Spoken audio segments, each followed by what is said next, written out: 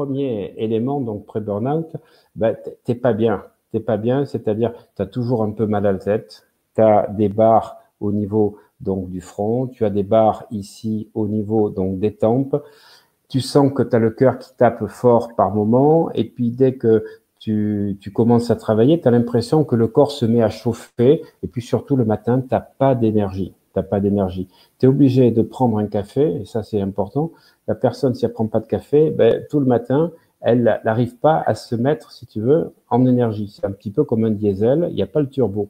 Tout simplement, c'est que le café va libérer, si tu veux, de l'adrénaline et de la noradrénaline. Le café stimule les surrénales. Donc, ce qu'il y a, c'est que tu vas chercher de l'énergie que tu n'as plus, mais tu vas vider tes surrénales, et ce qui fait que tu vas reprendre un deuxième café, puis un troisième café, et tu es en train de vider ta réserve.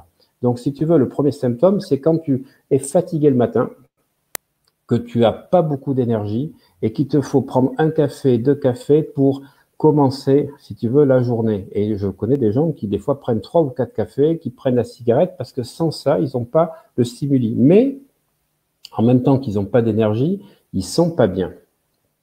Donc, ça veut dire que quand tu commences à pas être épanoui, à être stressé, à avoir je te dis, des éléments ici, d'avoir des tensions, d'avoir des douleurs dans le dos, ben, c'est que c'est l'adrénaline qui est en train de faire les ravages.